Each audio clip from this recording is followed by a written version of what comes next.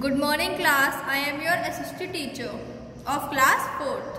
Yesterday I had read the chapter 1 of your SST book. Today it's a time to explain it. So get ready for the explanation. So let us start the Northern Mountains. Okay.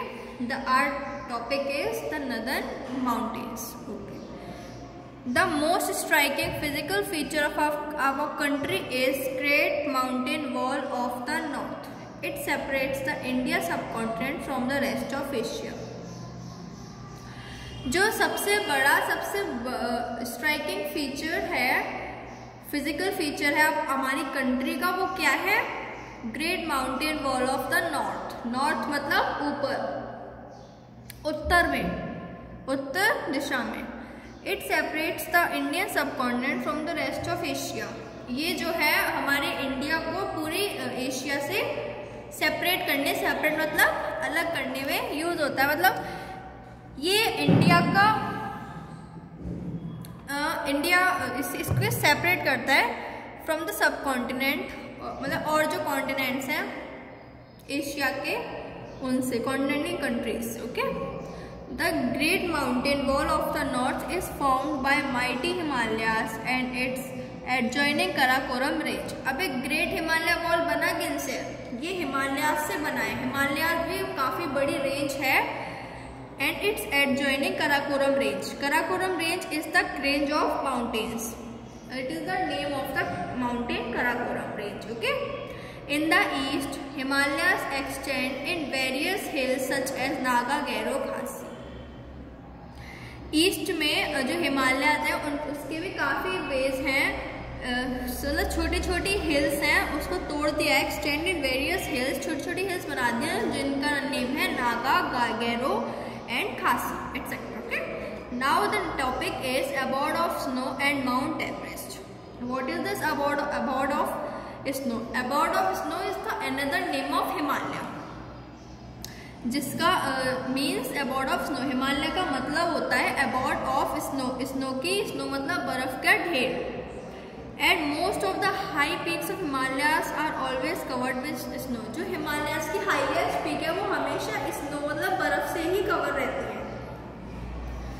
The highest peak of Himalayas is Mount Everest. जो हिमालयास की highest peak है, सबसे ऊंची चोटी है, वो है Mount Everest. And its height is 8,848 metre. This peak, ये जो पीक है ये नेपाल में और वर्ल्ड्स हाईएस्ट पीक है. What is the world's highest peak? Mount Everest. Okay. MT stands for mount. Many adventurous man and women have climbed this peak. बहुत ही लोगों ने, चाहे either it was a man and a woman, they had climbed this peak. It was climbed for the first time by Sherpa Tenzing Norgay of India and Edmund Hillary of New Zealand in 1953. ये सबसे पहले किससे climb हुआ है? शेरपा टेंजिंग नॉर्गे जो कि India के हैं, and Edmund Hillary of New Zealand. Edmund Hillary कहाँ के? न्यूजीलैंड के हैं. और इन दोनों ने कब करा? 1953 में. Now the next topic is Mount Godwin Austen and Kanchenjunga. These both are also the peaks of the Himalayas. Godwin Austen is the another name of Godwin Austen is K2. So it is the second highest peak. What is the first highest peak? Mount Everest. The second highest peak is K2, which is Mount Godwin Austen, and the third highest peak is Kanchenjunga, which is in Sikkim. Okay. So और आगे हम पढ़ेंगे कि हिमालयास जो है वो काफी 3 parallel ranges में डिवाइडेड है according to their heights. First is Himadri region और the great Himalayas. Second is Himachal range और the middle Himalayas. Third is Shivalik range और द आउटर हिमालयास. ये 3 रेंजेस, पैरेलल रेंजेस है हिमालयास की. अब हम इन तीनों रेंजेस के बारे में पढ़ेंगे. Come to the next page, page number 4. This is the map of the northern mountain Himalayas. This is the colored area. These are the Himalayan range. Okay. The Kanchenjunga is situated here, and this is the Nepal. This is all India. This is the Nepal, and Mount Everest is situated in Nepal. There is the triangle shape. This is Kanchenjunga, and this is Mount Everest. Please see on your book, okay, if you are not able to see. Now first is Himadri or Greater Himalayas. The another name of Himadri is Greater Himalayas. The northernmost range of the Himalayas is called Greater or Upper Himalayas. जो northernmost मतलब जो north में सबसे ऊपर range है हिमालयास की, उन्हें हम क्या कहते हैं? ग्रेटर और upper Himalayas. It is the highest range of the Himalayas. ये सबसे ऊंचाई पे है. It is the highest. Okay. All the highest peaks of Himalayas are found in this region. ये तो है ही सबसे बड़ी, लेकिन इससे अलावा भी जो हाईएस्ट पीक्स है वो इसी रीजन मतलब नॉर्थ में ही आते हैं mostly. Okay. Due to extreme cold condition there is hardly any vegetation. वहाँ बहुत ही कोल्ड कंडीशन, स्नो है, बर्फ ही बर्फ है, तो कोल्ड कंडीशन के कारण वहाँ पे मुश्किल से ही कोई वेजिटेशन होता होगा. It's snow covered peaks give birth to glaciers. अब ग्लेशियर्स क्या होते हैं? Snow moving ice. This is the picture of glaciers. These are all the glaciers. Okay. Glaciers is a hard rock which is made up of ice. बर्फ की slow moving. और ये जो snow covered peaks हैं किसको जन्म देती हैं? ग्लेशियर्स को. Snow moving ice. Slow moving ice. Some of these glaciers are the sources of big rivers. कुछ ग्लेशियर्स, अगर ग्लेशियर्स पिघलेंगे तो पानी के फॉर्म में बनेंगे. पानी की फॉर्म में बनेंगे तो उनका क्या होगा? रिवर्स होगी. रिवर्स बनेंगे. तो ये एक मेन सोर्स भी है बिग रिवर्स के. As the ice melts in the lower ranges, जैसे कि आइस मेल्ट करती है, if the temperature is high it is change into a fast flowing river. ये किस में चेंज हो जाता है? अगर वो पिघलेगा तो पानी बनेगा. पानी बनेगा, इतने पानी का क्या होगा? तो रिवर ही बन जाएगा. Now second is Himachal. The another name of Himachal is Lesser or Middle Himalayas.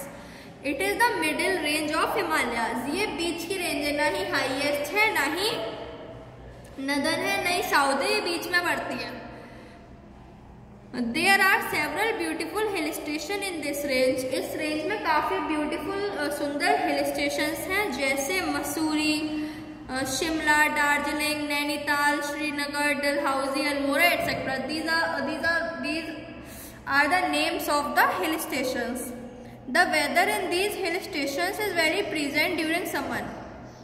ठंडों के टाइम में तो it is natural that वहाँ बर्फ तो होगी, लेकिन गर्मियों के टाइम पे वहाँ का जो मौसम होता है, वेदर होता है, वो सुहावना होता है, प्लीजेंट होता है. Okay. Many people from the plains come here to escape from the heat of the plains during summer. बहुत लोग यहाँ आते हैं. कहाँ आते हैं? इन हिल स्टेशंस पे.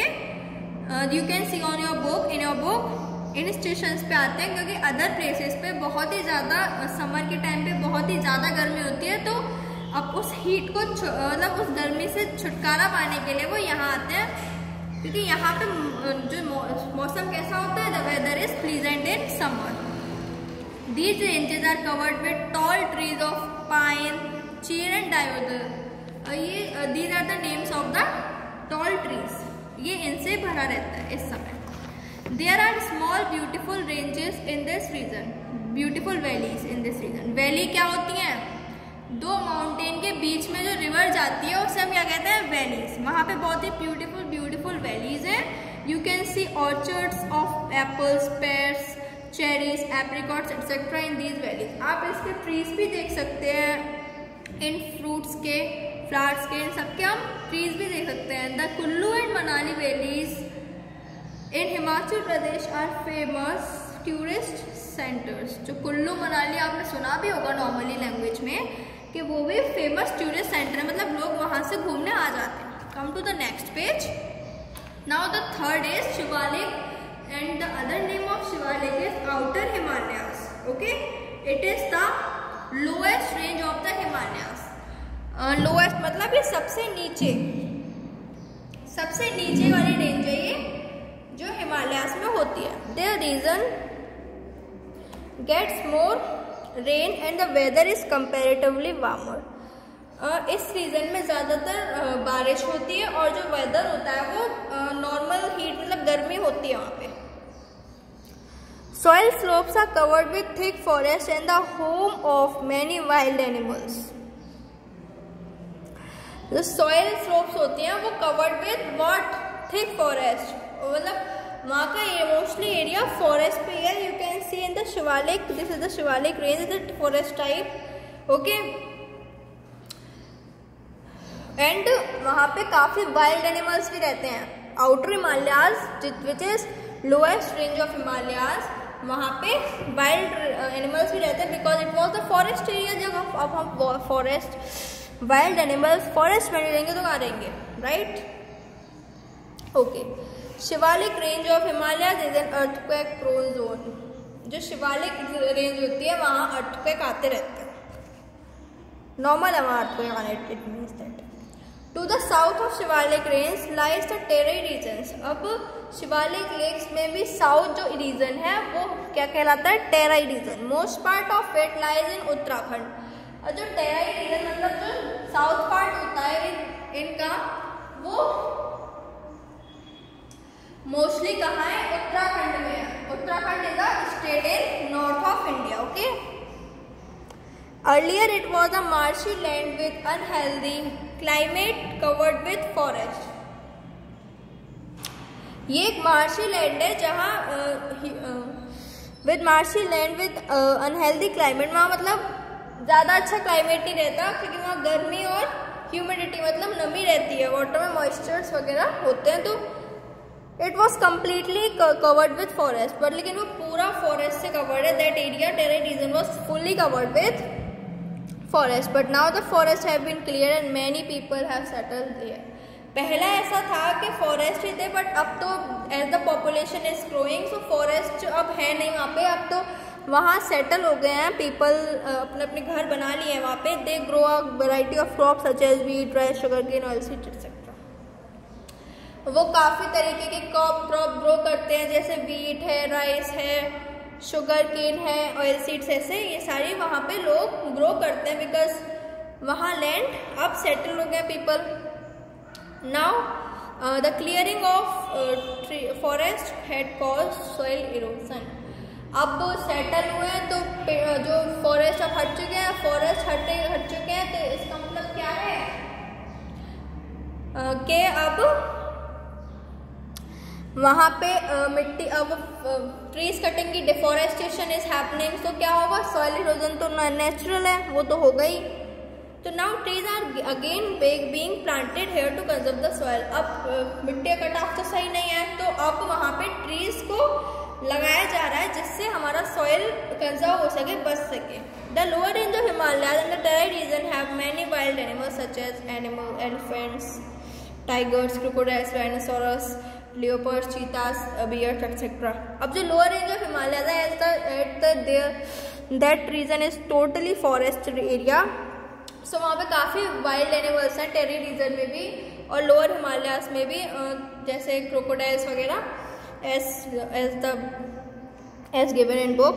In the higher range you can also find snow leopards. अब अगर ऊपर और जाओगे तो आपको snow leopards भी मिलेंगे and alpine bears भी मिलेंगे. That you can search on Google also if you want. The famous Corbett National Park is in the Terai region near Nainital. आपने सुना भी होगा Corbett National Park. It is in Uttarakhand which is situated in near Nainital. Nainital is also hill station that we have studied earlier. Okay, it has been named after a famous hunter Jim Corbett. Corbett National Park का name कब बना? एक famous Hunter थे वहाँ के, Jim Corbett. वहीं से उसी हंटर के नाम से उनका उस पार्क का नेम बन गया Jim Corbett National park. Okay, this is the picture of Corbett National park. You can see in your book. You can see a large variety of animals here. अब large variety of animals आप वहाँ देख सकते हो क्योंकि मैंने पहले ही बताया कि वो फॉरेस्ट एरिया है। Himalayas can be crossed by land routes through some passes. A pass is a narrow way through a mountain. Some of the important passes are, आप हिमालयाज को काफ़ी पासेस से लैंड रूट से क्रॉस कर सकते हैं। जैसे आप cross in Nathula in Sikkim, through Nathula in Sikkim you can pass the Himalayas, Bomdila in Arunachal Pradesh, Shipkila in Himachal Pradesh. Through these places you can pass the Himalayas through land routes. Now the importance of Himalayas. अब मैं पढ़ तो लिया अब हिमालयाज के बारे में, लेकिन इसकी इम्पोर्टेंस क्या है? So Himalayas useful in following ways. मैं बताती हूँ क्यों।